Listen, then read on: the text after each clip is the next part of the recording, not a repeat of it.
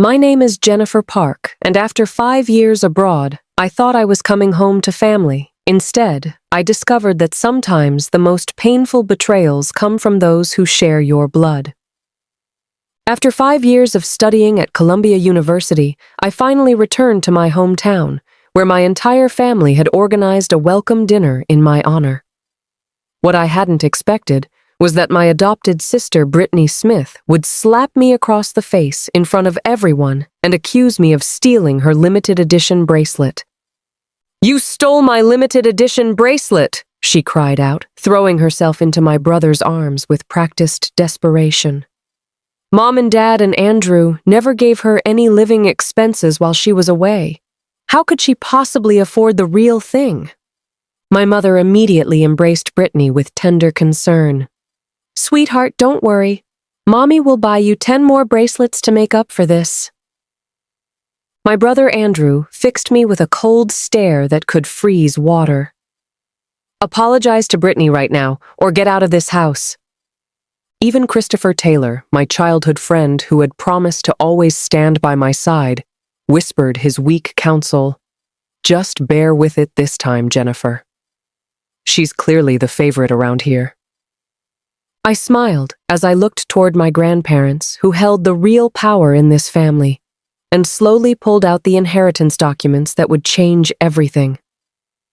"I forgot to mention something important," I said, my voice cutting through the tension like a blade. "Every single dollar you've all spent over the past 5 years came from my personal trust fund." The burning pain on my cheek was immediate and intense.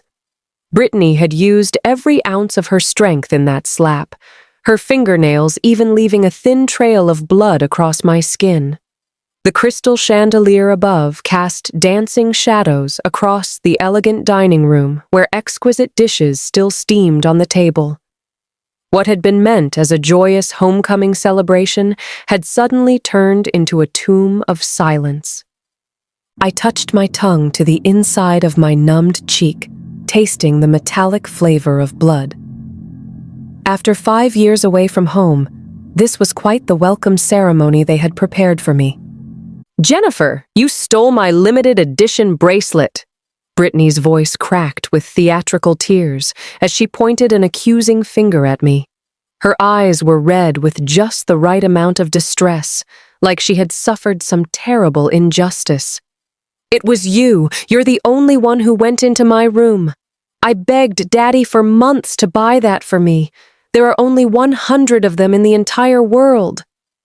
I slowly turned my head to look at her. This girl, who was supposedly my sister, had been adopted from the foster care system years ago when my parents decided I was too quiet, and they wanted a more lively, affectionate daughter. During my 5 years on the East Coast, she had certainly become more lively and affectionate than anyone could have imagined. My mother was the first to react, immediately pulling Brittany into a protective embrace with soothing whispers. There, sweetheart. Don't cry. It's just a bracelet. Mommy will buy you 10 more. Getting yourself upset over such a small thing isn't worth it." As she spoke, her reproachful gaze fell on me with unmistakable favoritism. "Jennifer, you just got home. How could you take your sister's things? Give it back to her right now and apologize."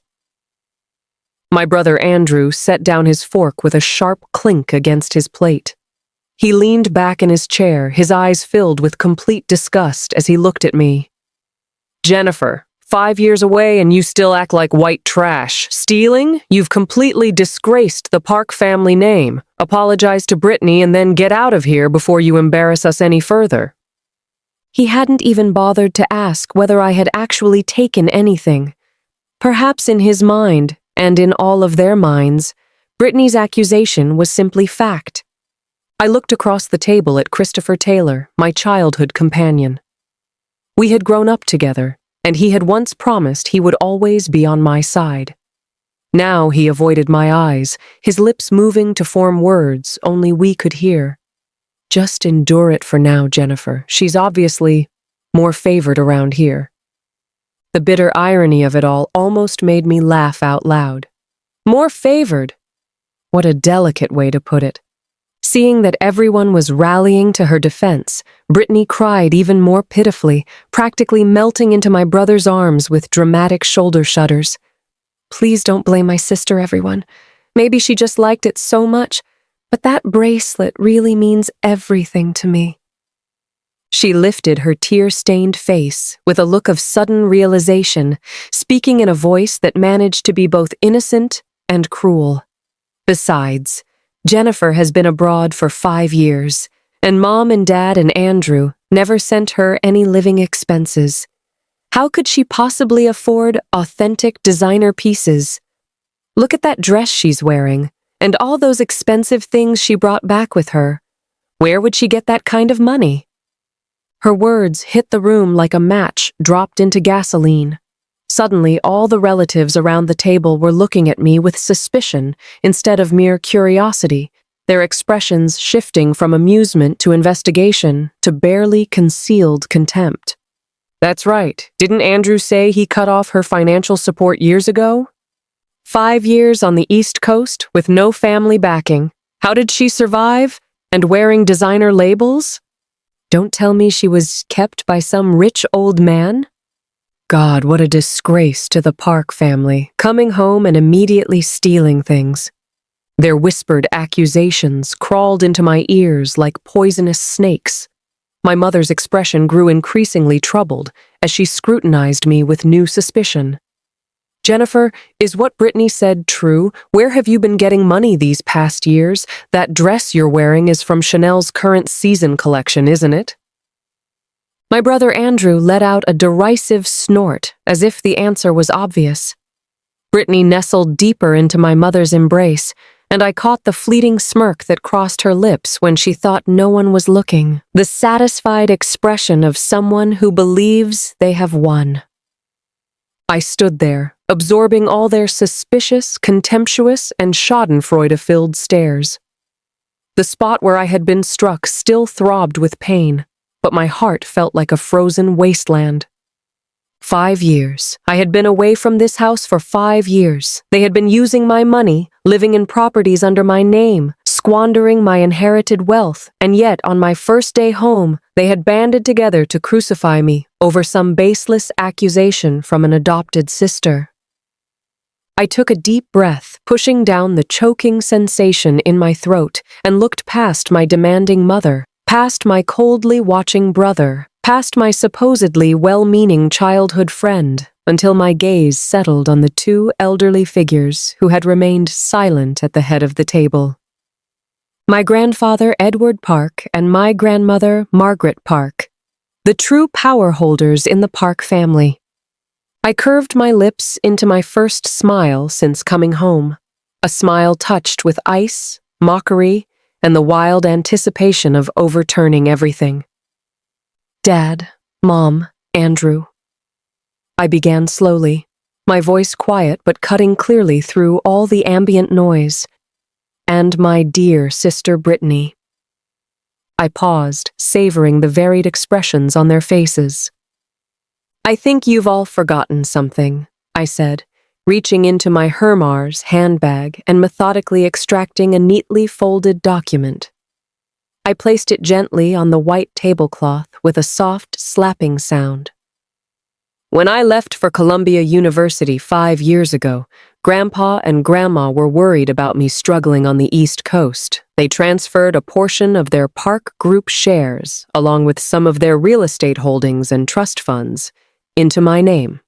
I placed my finger on the document and tapped it gently. Over the past 5 years, the generous living allowances each of you has been drawing from the family trust fund, far exceeding your actual entitled portions, the massive debts Grandpa and Grandma helped cover when your investments failed, the new Beverly Hills mansion, the Teslas, the Cartier jewelry now registered under your names. I raised my eyes, looking at each of their suddenly frozen faces. My mother's arms hung suspended in midair around Brittany. My brother Andrew sat up straight, his eyes filled with disbelief. Brittany's tears hadn't yet dried, but her expression had solidified into one of bewilderment and rising panic. Christopher jerked his head up to look at me, his pupils contracting sharply. I smiled and spoke my final words clearly and deliberately. I forgot to tell you all that every penny of that money came from my personal assets, which I authorized for your use. In other words, I picked up the glass of red wine I hadn't touched all evening and swirled it gently, watching the deep red liquid create beautiful arcs along the crystal walls. Every cent you've spent over the past 5 years, every inch of space you've occupied, including tonight's welcome dinner at the Four Seasons. My gaze finally settled on the limited edition bracelet around Brittany's wrist, the one that had caught my attention when she threw herself at my brother earlier.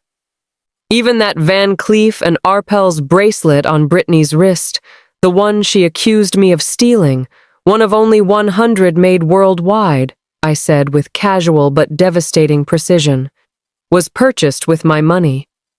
Now then, I set down my wine glass and leaned forward, looking directly at Brittany's pale face. Could you please tell me who the real thief is here? The entire private dining room fell into absolute silence. Only my grandparents continued to calmly sip their tea, as if everything unfolding before them had been entirely within their expectations. I could clearly see my mother's arm trembling slightly where it held Brittany. Andrew's eyes, usually filled with impatience and scorn, now showed only complete shock and a touch of exposed embarrassment. All color had drained from Brittany's face, her lips quivering like a fish out of water. Christopher's hands beneath the table were clenched white at the knuckles. The relatives, who had been whispering and subjecting me to contemptuous stares just moments before, now sat in stunned silence, their eyes darting frantically between me, the document, and my unmoving grandparents at the head of the table. "No, that's impossible," Brittany was the first to shriek, her voice piercing. "You're lying! Grandpa and Grandma would never give you so much money! You're making this up!" She turned desperately toward my grandparents, like grasping for a lifeline, tears streaming down her face with genuine panic this time. "Grandpa!" "Grandma, she's talking nonsense, right? She's just angry about being caught stealing my bracelet, so she's making up these lies to frame us all, right?" My mother seemed to find her voice again, though it carried a hollow quality she probably didn't notice herself. "Jennifer, you can't joke about things like this. Do you understand what you're saying? Those assets, they're the foundation of the Park family. How could they possibly? How could they not?" I interrupted, taking up the document but not opening it, simply tapping the hard cover with my fingertip. "Would you like me to project the stock transfer agreements, asset lists, and every single bank statement showing transfers from my personal accounts to the family account and your individual private accounts over the past 5 years onto the big screen for everyone to examine?" My brother Andrew shot to his feet, his chair legs scraping harshly against the floor. "Jennifer!" His face was iron gray, veins pulsing at his temples. "Must you tear this family apart? Even if what you're saying is true, so what? We're your family. How dare you speak to Mom and Dad this way, fighting with Brittany over a bracelet?" "Family?" I laughed as if I had heard the most ridiculous joke, my laughter echoing through the silent dining room with endless coldness. When I came home today and was slapped by an adopted sister making false accusations against me, when you questioned the source of my money and even implied I was being kept by rich old men, where was your sense of family then? My gaze swept over my mother's instantly pale face, over Andrew's combination of humiliation and anger, finally settling on Brittany's expression of terror and disbelief. "As for the bracelet," I took a step closer to Brittany. "You keep insisting I stole your limited edition piece, one of only 100 worldwide, number 88, correct?" Brittany instinctively protected her wrist, her eyes darting around. "Yes, so what? Nothing special about that." I stopped and pulled out my iPhone, sliding my finger across the screen a few times before turning it around to face her and everyone else present. On the screen was a Van Cleef and Arpels purchase record, showing clear product images, the limited edition number 88, and a purchase date from 3 months earlier. The recipient name read Jennifer Park. The payment account number was clearly visible, matching one of the personal trust accounts I had just mentioned.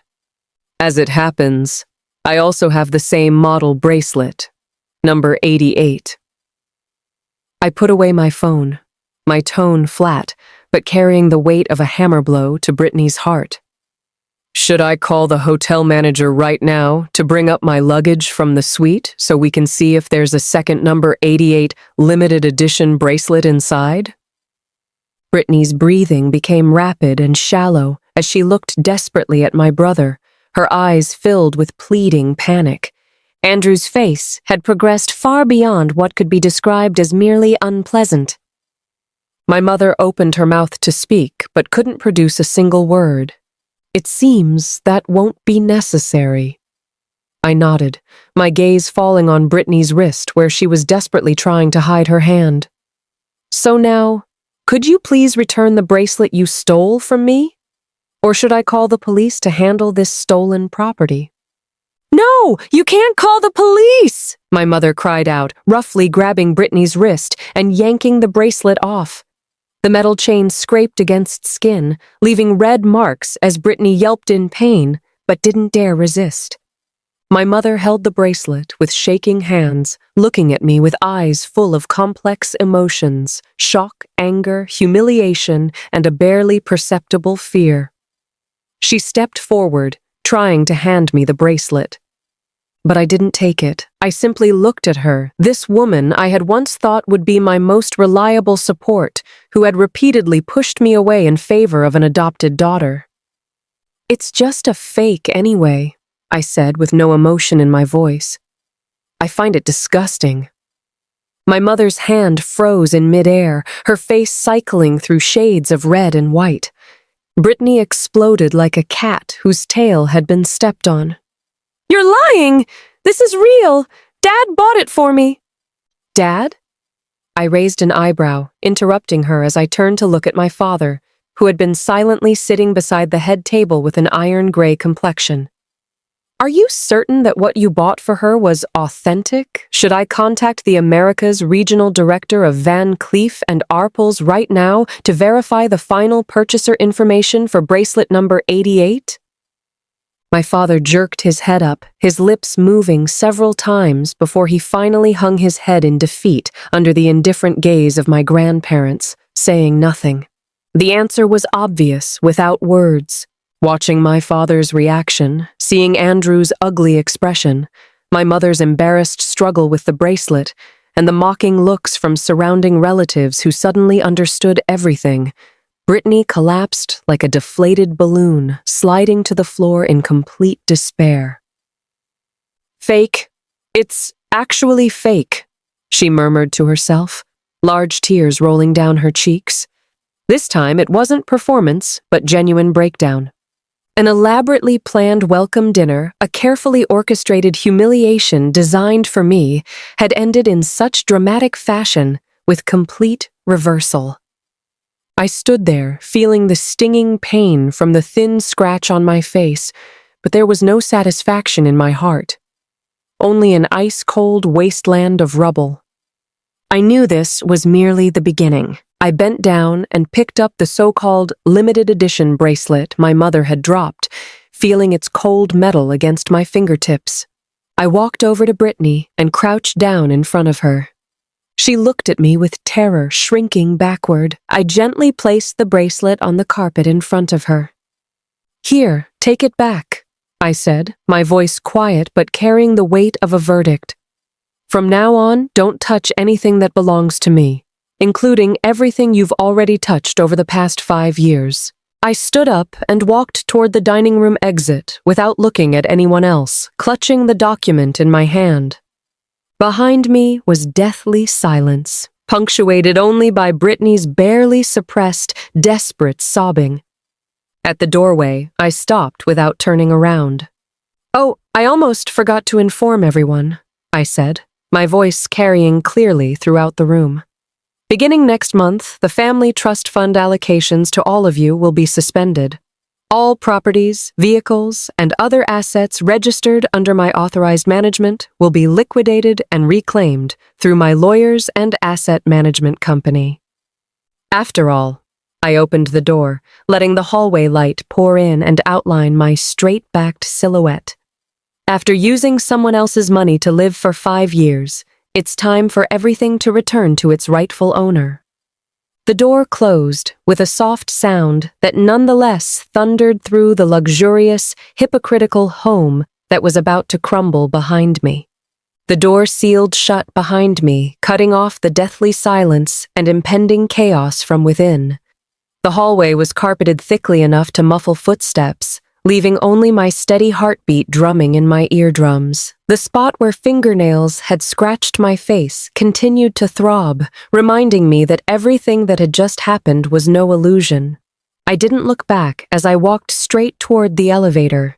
My fingertips still held the cold sensation of that fake bracelet and the hard edges of the document cover. 5 years.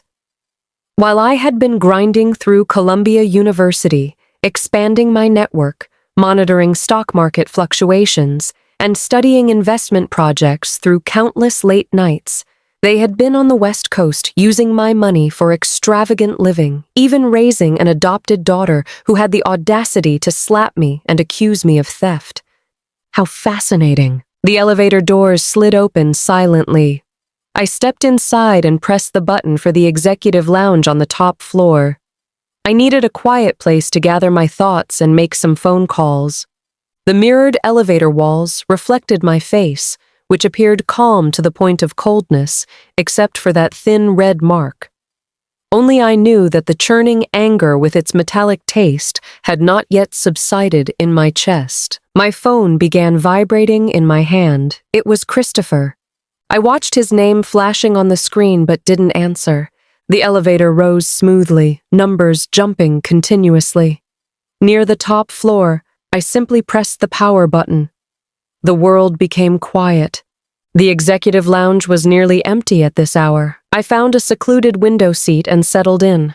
Outside the window lay the city's brilliant lights, prosperous, yet maintaining a kind of detached distance, like watching a fire from across the river. A server quickly approached, and I ordered ice water. Before the water arrived, I heard somewhat hurried footsteps approaching. Without looking up, I knew who it was. Jennifer. Christopher stood by the table, breathing slightly unsteadily, clearly having rushed after me. His face showed complex emotions, concern, anxiety, and a barely perceptible note of reproach. Why didn't you answer your phone? How could you just walk away like that? It's complete chaos in there now. He lowered his voice. Uncle Thomas and Aunt Nancy look terrible. Brittany is crying so hard she nearly fainted. Andrew is having a fit. Don't you realize what kind of impact your words just had? I picked up the ice water the server had just brought, glass beads of condensation cooling my burning fingertips. After taking a sip of the ice-cold liquid that slid down my throat and suppressed some of the churning fire, I looked up at him. This childhood friend who had grown up with me, who I had thought would be my most steadfast ally. After 5 years apart, he seemed unchanged, yet somehow completely different. He was still the same person, always seeking to make peace, always believing that taking a step back would lead to broader horizons, forgetting that sometimes taking a step back doesn't lead to broader horizons, but to others taking advantage. So what? I asked. Should I have stood there continuing to let them accuse me of theft, question my sources of income, and endure it all for the sake of maintaining surface harmony, admitting to things I never did, and apologizing to Brittany? Christopher was momentarily speechless, his frown deepening. I didn't mean that, but you didn't need to make things so absolute. That's family. In front of all those relatives, you... Family? I quietly interrupted him, repeating this word that seemed particularly ironic today. Christopher, tell me, What kind of family greets their daughter with this sort of gift on her first day home after 5 years away? I pointed to the red mark on my face. Is this family? They were just misled by Brittany. She's young and doesn't understand. 20 years old is still young? I looked at him with calm, unwavering eyes. Or do you mean that in your view, whatever she does can be excused by being young and not understanding, while I deserve to be misunderstood, humiliated, and slapped? Christopher opened his mouth but couldn't find words, his face showing embarrassment. He took a deep breath, trying to soften his tone. Jennifer, I know you've been wronged, but things can be resolved privately. By suddenly revealing the inheritance issue and laying everything bare, how can Uncle Thomas and Aunt Nancy save face? How can everyone get along afterward? I looked at him, this childhood companion who I had thought would be my most steadfast ally. 5 years apart, and he seemed unchanged, yet everything had changed. He was still the same, always wanting to smooth things over, always thinking that compromising would solve everything, but forgetting that sometimes backing down doesn't lead to resolution, but to further aggression. Resolve privately? I pulled at the corner of my mouth. How do we resolve privately, like before, where I endure and give way, then watch them use my money while treating me as an outsider who can be humiliated at will? I leaned forward, looking directly into his eyes. Christopher, tell me, if I hadn't had this inheritance to back me up today, if I couldn't produce that document to prove my innocence, what would have happened? I would have been branded a thief, pointed at by everyone, thrown out by my brother, and possibly persuaded by all of you to apologize to Brittany for the sake of family harmony. Isn't that right? Christopher avoided my gaze, his Adam's apple moving as he swallowed, but he didn't answer. His silence was answer enough, the last remaining hope in my heart that he might still possess a shred of fairness completely extinguished. It seems I guessed correctly. I leaned back in my chair, my tone becoming distant. So don't talk to me about family or private resolution. From the moment they chose to believe Brittany unconditionally and allowed her to strike me, from the moment you chose to counsel me to endure, there was nothing left to discuss between us. Jennifer! Christopher's tone carried pleading, even a hint of annoyance. Must you make things so tense? Even if the money is yours, they're still your parents, your brother. Can't you show some consideration for blood relations? Blood relations? I laughed lightly with endless mockery. When did any of them show me the slightest trust based on blood relations? Christopher was completely speechless. He looked at me with eyes full of unfamiliarity, as if seeing me for the first time. All right, I picked up my handbag and stood up. If you came after me just to serve as their mediator, you can go back now. Tell them that from now on, I set the rules of this game. I walked around him, preparing to leave. Jennifer, he called after me, his voice carrying suppressed emotion. You'll regret this. Isolating yourself like this, making enemies of everyone. What good does it do you? I stopped without turning around. What good? I exhaled softly, looking at the brilliantly lit city beyond the window. At least I won't have to stomach the disgust of playing happy family charades with all of you anymore. With that, I continued toward the elevator without stopping.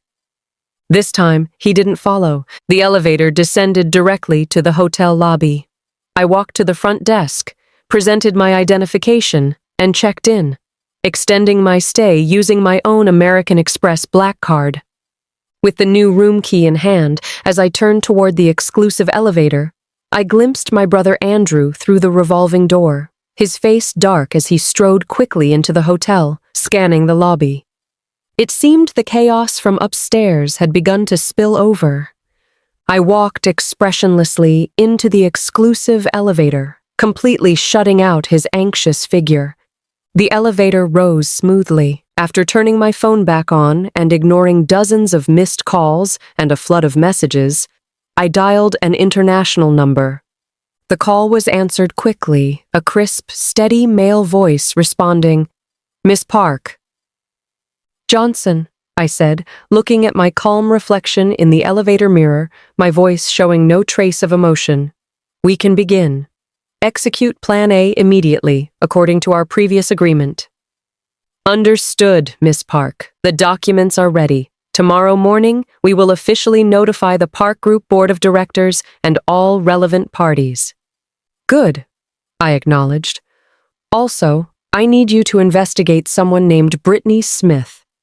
I want all records of her major expenses since entering the Park family, as well as detailed information about her biological parents' family background." "Understood." The executive suite had excellent soundproofing. Once the door closed, the world seemed to be put on mute. Only the soft whisper of the central air conditioning and the distant, unclear hum from the city outside could be heard. I didn't turn on the main lights, leaving only the warm wall sconces in the foyer and corner of the living room. Light cast ambiguous shadows across the expensive cashmere carpet. I kicked off my Louboutin heels and walked barefoot across the soft carpet to the bar, pouring myself a small measure of Macallan whiskey. The amber liquid swirled in the crystal glass, ice cubes clinking against the walls with crisp sounds. I didn't rush to drink, just held the glass and walked back to the floor-to-ceiling windows. The cold composure and sharp edges I had maintained in the dining room began to peel away bit by bit in this private space away from prying eyes. Exhaustion washed over me like a tide from every limb and joint. The thin scratch on my face became more prominent with the alcohol's sting. It wasn't that it didn't hurt, wasn't that I felt no grievance. It was just that, compared to these surface wounds, the bone-deep chill of being stabbed in the back by my closest family members cut far deeper. 5 years, I had thought time might soften some things, or at least allow them to retain some basic warmth and trust for me, their blood relative. I had been too naive. Brittany's tears, my mother's unquestioning favoritism, my brother's matter-of-fact condemnation, my father's silent complicity, and Christopher's seemingly impartial but actually biased fairness. Each scene flashed before my eyes like a dull knife repeatedly cutting.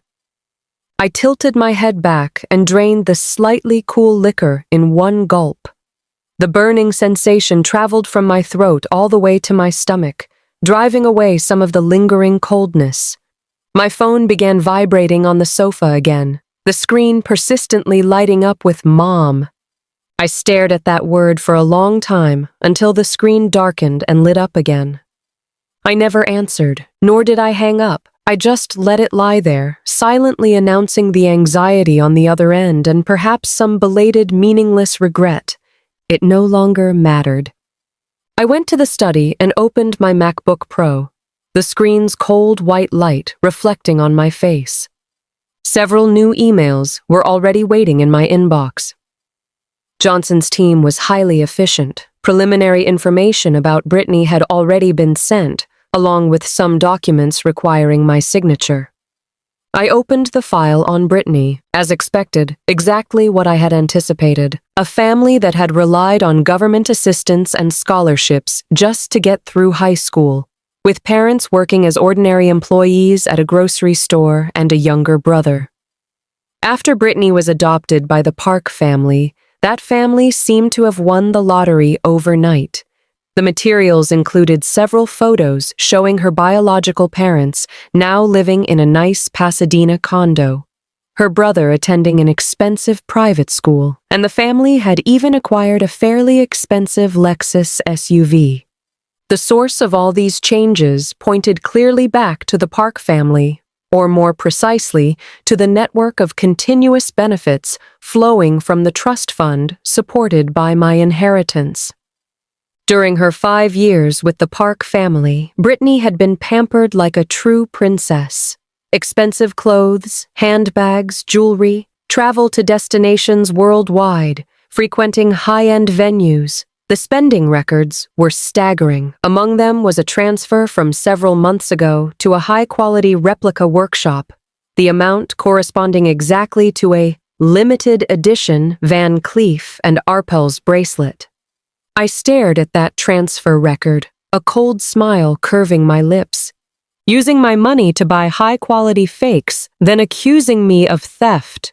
Brittany, you truly outdid yourself. And then there were my wonderful parents and brother. The materials showed they hadn't been modest about using my assets for personal gain either. The debts Andrew had lost to failed investments and had covered were far larger than I had previously known. My mother had been enthusiastic about various charity auctions and socialite circles, spending lavishly to gain reputation. What a harmonious family indeed. Using my blood and money to construct their glamorous lives, then turning around to exclude me, treating me like nothing. I closed the information page and opened the final version of the asset freezing and liquidation notices that Johnson had sent. The language was rigorous, clearly structured, with no room for negotiation. I moved my mouse and signed my name in the electronic signature field, Jennifer Park. Clean and decisive, without a moment's hesitation. After completing this, I finally felt the stifling pressure in my chest dissipate somewhat. I picked up my phone again. The missed calls had accumulated to more than a dozen from different numbers. My mother, Andrew, even my father. The message inbox was completely full. Mom. Jennifer, answer your phone. We need to talk. Things aren't what you think they are. Mom. Brittany knows she was wrong. She just loved that bracelet so much. She made a mistake. Give us a chance to explain. Andrew. Jennifer, get back here right now. Explain yourself. You think you're so tough now, don't you? Andrew, don't push your luck. Withdraw those ridiculous notices immediately or don't blame me for what happens next. Dad, come home. Christopher's messages were interspersed throughout, particularly long and laughable. Jennifer, I know you're angry right now, but being impulsive won't solve anything. Uncle and Aunt are getting older and can't handle this kind of shock. Brittany regrets it too and has been crying sadly. Family members don't hold grudges overnight, do they? If we sit down and talk calmly, we can surely find a solution. We're all worried about you being out there alone. Looking at these messages, I felt no emotional response whatsoever. I almost wanted to laugh. Regret, sadness, worried. They weren't worried about me. They were worried about their about-to-be-cut financial lifeline, their about-to-be-lost comfortable lifestyle, their panic at losing face and power. As for me, in their eyes, I had probably never been the daughter or sister who deserved their worry, just a troublesome person who had suddenly gained the ability to flip the table. I didn't reply to a single message. I blocked all numbers except Johnson's and a few necessary work contacts. The world finally became quiet. I went to the bathroom and turned on the lights. Under the bright LED illumination, the mirror clearly reflected the red mark on my face. It had swollen slightly with visible blood traces, looking somewhat disheveled. I applied a cold towel for a while, and the stinging sensation eased somewhat.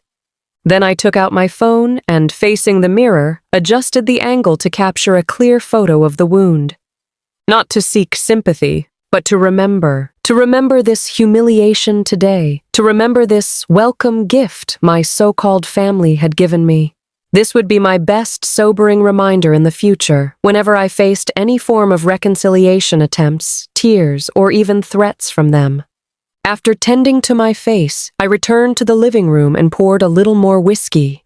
This time, instead of standing by the window, I curled up in the soft sofa and turned on the television, randomly selecting a channel playing a boring talk show. The noisy voices filled the spacious room, creating a false sense of liveliness. I knew the storm downstairs wouldn't settle quickly. Andrew couldn't find me and would definitely use his connections to check my hotel registration, possibly even pressuring hotel management. But this hotel was an international chain with high-level privacy protection for executive suite guests.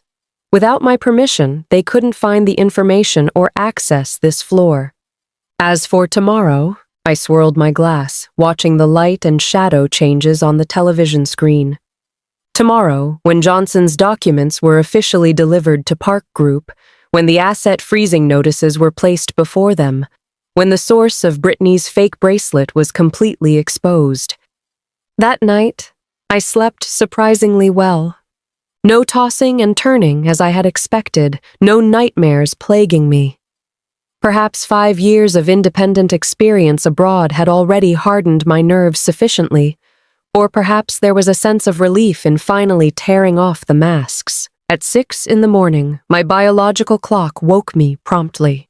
The suite's heavy curtains blocked most of the light, with only thin strips seeping through at the edges. I got out of bed barefoot and walked to the floor-to-ceiling windows, pulling open the curtains with a swoosh. Dawn broke, gilding the cloud edges, and the entire city slowly awakened beneath my feet with calm, yet magnificent vitality. The wound on my face had reduced in swelling overnight, but the thin scratch remained obvious. I examined it carefully in the bathroom mirror, chose not to treat it, and simply washed my face with clear water and applied basic skincare. Some marks don't need to be hastily concealed. Room service delivered breakfast, exquisite silver serving pieces arranged on the small table by the window. I ate methodically while browsing financial news and emails on my iPad. Johnson's team was extremely efficient, having sent out formal notices via email and courier during the early morning hours. Calculating the time, the Park Group board members and my dear family should have received this surprise by now. I could almost picture Andrew's explosive rage, my mother's panicked confusion, my father's grim expression, and Brittany's perpetually pitiful facade finally cracking. The thought actually improved my appetite. After finishing the last bite of scrambled eggs, I picked up my coffee and took a sip. My phone vibrated on the table, an unfamiliar local number. I raised an eyebrow but didn't answer immediately. Just before it would automatically disconnect, I unhurriedly swiped to answer, but didn't speak first. A deliberately softened female voice came through, barely concealing urgency and a hint of pleading. It was my mother. "Jennifer, it's Mom. Did you change your number? The hotel front desk barely managed to—" "What do you want?" I interrupted her, my voice flat and emotionless. She was clearly taken aback, seemingly unprepared for this reaction. She paused, trying to make her voice sound more loving and pained. "Jennifer, are you still angry with Mom? Yesterday was Mom's fault. Mom shouldn't have jumped to conclusions, but Mom was just worried, seeing your sister crying so sadly. Mom's heart ached and Mrs. Park." I set down my coffee cup, the bottom clinking crisply against the bone china saucer.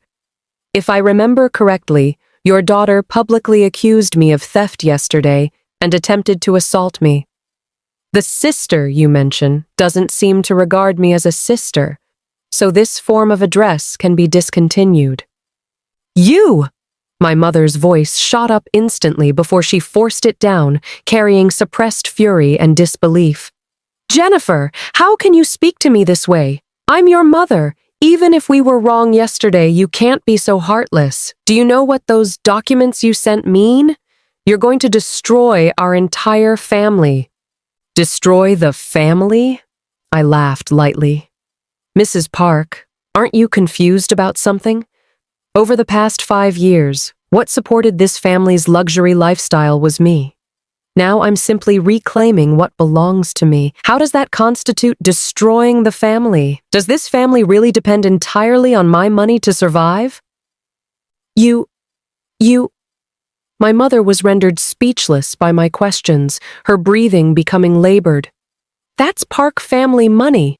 Grandpa and Grandma gave it to you, but it's still the Park family's common property. How can you monopolize it? Don't you respect your elders? Don't you care about this family?" Common property? My tone turned cold. Do I need to remind you that those inheritance documents clearly state my name, Jennifer Park, in black and white, with management authority belonging to me, not the Park family? As for elders and family, when you all ganged up to humiliate me yesterday, did you think of me as a younger generation member of the family? That was because Brittany, enough. I completely lost patience. I don't want to hear any more explanations about Brittany Smith. If there's nothing else, I'm hanging up. Wait! My mother called out urgently, her tone carrying obvious panic and a trace of pleading. Jennifer, don't hang up. Mom is begging you, okay? Come back. Let's talk properly. We're all family. Why make this into a court matter for outsiders to laugh at? Withdraw those documents. Whatever conditions you have, we can discuss them. Your father and brother know they were wrong too, and Brittany wants to apologize to you, okay? Apologize? Discuss? I could almost hear her struggling to maintain surface calm while suppressing rage and humiliation beneath her words. They didn't realize their mistakes. They were scared. Scared of losing their comfortable lifestyle, scared of losing their spending power, scared of becoming laughingstocks in their social circles. No. I rejected her flatly. The notices have been issued and have legal validity. There's nothing to discuss. As for becoming a laughingstock? I paused, my tone carrying a hint of cruel amusement. Whether the Park family becomes a laughingstock depends on your future behavior. If you cooperate quietly with the liquidation, you might retain some dignity. If you insist on making a scene. I didn't finish the sentence, but the threatening implication was clear. A long silence followed, with only heavy breathing audible. I knew my mother, who had always been proud and accustomed to being pampered, was experiencing unimaginable torment at this moment. But I felt no sympathy whatsoever. Also, I added, don't call this number again, and don't try to find me through any means. For any questions, contact my lawyer. At exactly 9 in the morning, my phone rang on schedule. This time it was Johnson. Miss Park, all notices have been confirmed as delivered. Park Group's board secretariat just called asking for specifics, their tone quite urgent. Also, Andrew Park attempted to contact me but was turned away by my assistant. Good. Proceed as planned. I stood in the walk-in closet, looking at myself in the mirror, wearing a crisp business suit, my tone calm. For the board, you can appropriately reveal that this is my personal adjustment based on asset security and management efficiency, unrelated to group daily operations, and I hope they remain calm and cooperate with the transition. Understood. Regarding additional materials about Brittany Smith's biological parents and evidence of some of her spending records, I've finished organizing everything, and it's ready for use at any time. Hold on to it for now. I picked up a simple diamond necklace and put it on. Good shows should be performed act by act for maximum effect. I hung up the phone, took my handbag and car keys, and prepared to leave. Today, I had a meeting scheduled with the head of a top domestic hedge fund to discuss a cooperation project. Business was business. Personal grudges couldn't interfere with proper affairs. Just as I reached the suite door, the doorbell rang. Through the peephole, I saw the hotel's guest services manager outside, accompanied by a serious-looking middle-aged man in a suit whom I didn't recognize, though his bearing suggested he wasn't ordinary. I frowned slightly and opened the door. Miss Park, good morning. Sorry to disturb you. The guest services manager wore a professionally respectful smile, though his eyes seemed evasive. This is Andrew Park, Jennifer! Andrew pushed past the manager and stepped right up to me, his face dark enough to drip water, his eyes bloodshot from obviously not sleeping well. Behind him stood 2 men in black suits, burly like bodyguards. Quite an impressive display. I stood my ground without moving, simply looking up at him with indifferent eyes. What do you want? Stop playing dumb with me! Andrew lowered his voice, filled with suppressed fury, reaching out to grab my wrist. Come back with me right now. Withdraw those damn documents. Do you hear me? I stepped back half a pace to avoid his hand, my voice growing cold. Mr. Andrew, please control yourself. This is my private room. You have no right to barge in, much less to lay hands on me. Private room? You're still spending the Park family's money. Andrew lost his temper completely, veins bulging at his temples. Jennifer, I'm telling you, don't push your luck. You think holding some paperwork makes you untouchable? Believe it or not, I can make sure you never work in this city again. Park family money? I looked him up and down, as if I'd heard something amusing. Andrew, that Armani suit you're wearing, the Rolex on your wrist, and that new Maserati you have parked downstairs, if I remember correctly, they were all paid for from accounts under my name, weren't they? Using my money to threaten that I won't be able to work in this city? I stepped closer to him, and though I was shorter, my presence was no less intimidating. Why don't you try it? Andrew was left speechless, his face cycling between red and white. The two bodyguards behind him looked at each other uncertainly. The hotel manager was sweating profusely, trying to mediate. Mr. Andrew, Miss Park, let's talk calmly. This is a hotel, and it's not appropriate to— Get lost! Andrew shoved the manager aside, glaring at me menacingly. Jennifer, so you're determined to push me. Is that it? Fine. Very good. You think having Grandpa and Grandma's support makes you special? Let me tell you, Dad still runs the Park family. One word from him and your little shares are worth nothing. Really? I calmly adjusted my sleeve cuffs, my tone carrying a hint of pity. It seems you still don't understand the situation. What Grandpa transferred to me were personal assets and non-tradable stocks, independent of Park Group's operating system, with absolute controlling rights and decision-making power. Dad? He can barely protect himself now. Those company funds he misappropriated don't look quite right in the books. I'm considering whether to pursue legal responsibility. Andrew's pupils contracted sharply, all color draining from his face. You're lying! Whether I'm lying or not, you'll find out soon enough. I had no desire to waste more words with him and turned to the sweating manager. Mr. Williams, I believe the hotel has policies against harassing executive floor guests, especially bringing unauthorized persons up here.